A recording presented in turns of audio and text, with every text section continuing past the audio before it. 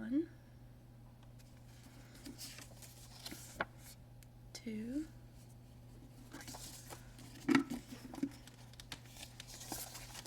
3, 4,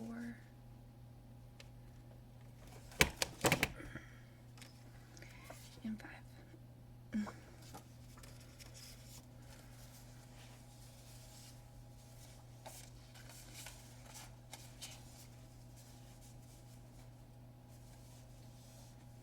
As a kid for Halloween, I dressed up as a witch quite a few times. I'd walk around our neighborhood with my parents, my candy bag, and my broom. I think a lot of kids wish that they had magical powers like I did when I was a kid. As a teenager, I loved the TV show Sabrina the Teenage Witch, and I loved the movie Hocus Pocus. As a young adult, I learned about the Salem witch trials. The Salem witch trials were a series of hearings and prosecutions accusing people of witchcraft. This subject has always interested me, and I've done many school research projects on that subject. So today I'm going to tell you about how the trials began, the victims, and how they ended.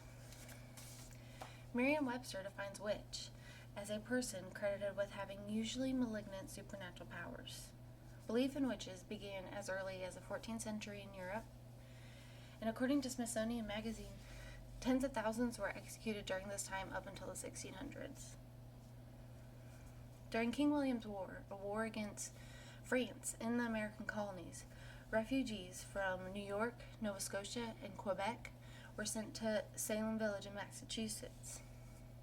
That, combined with the people there already being scared and angry due to a recent smallpox epidemic, attacks from nearby Native American tribes, and a war against the poor people who lived there and the rich people that lived there, all that combined all played a role to ignite the Salem witch trials.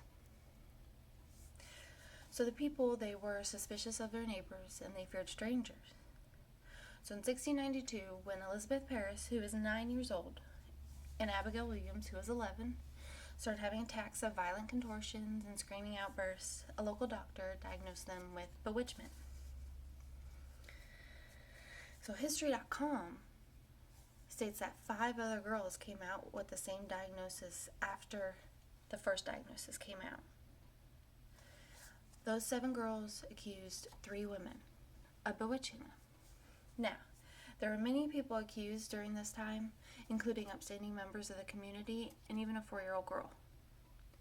But the first 3 accused by the 7 young girls was Tituba, a Paris Caribbean slave, Sarah Good, a homeless beggar, and Sarah Osborne. Sarah Good and Sarah Osborne both denied the allegations, but Tituba confessed. Her confession was that other witches bewitched the young girls with her. So other witches were brought in, were arrested, and they confessed or they didn't, and it just goes on and on. Bridget Bishop was the first to be convicted. She was hung on Gallows Hill in Salem town. That's where 18 other people would meet their terrible end. On Salem.org, it states that 150 people were imprisoned during this time. And according to the Boston Globe, 25 people were executed. 19 were hung, 5 of them died in jail, and 1 was crushed to death.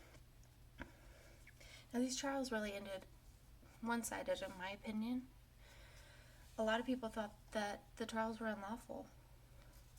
So on the historyofmassachusetts.org has a lot of primary sources, including Robert Pike, a Massachusetts City Bay councilor.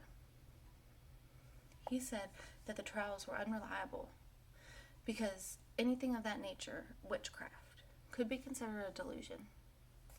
But only when the governor of Massachusetts, William Phips, when his wife was accused of being a witch, that's when the trials ended. The arrest ceased. It was over.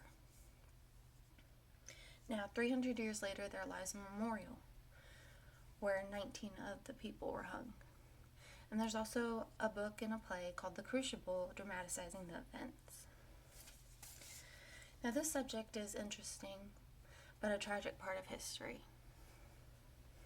After all the horrific events I laid before you, from the unrest in Salem village to the victims and their judges and accusers to the better end, I'd like to add a bit of light at the end of the dark tunnel I took you down. At the end of this chapter in history, all we can do is really learn from the mistakes that were made and the hate that circulated in Salem. Emerson Baker, a professor at Salem State University, said at the opening of the memorial for the victims, "This really is our national story. This really is our national shame. This is our national redemption. Because if you're not a descendant of one of those people, the victims, then odds are the person standing next to you is." Thank you.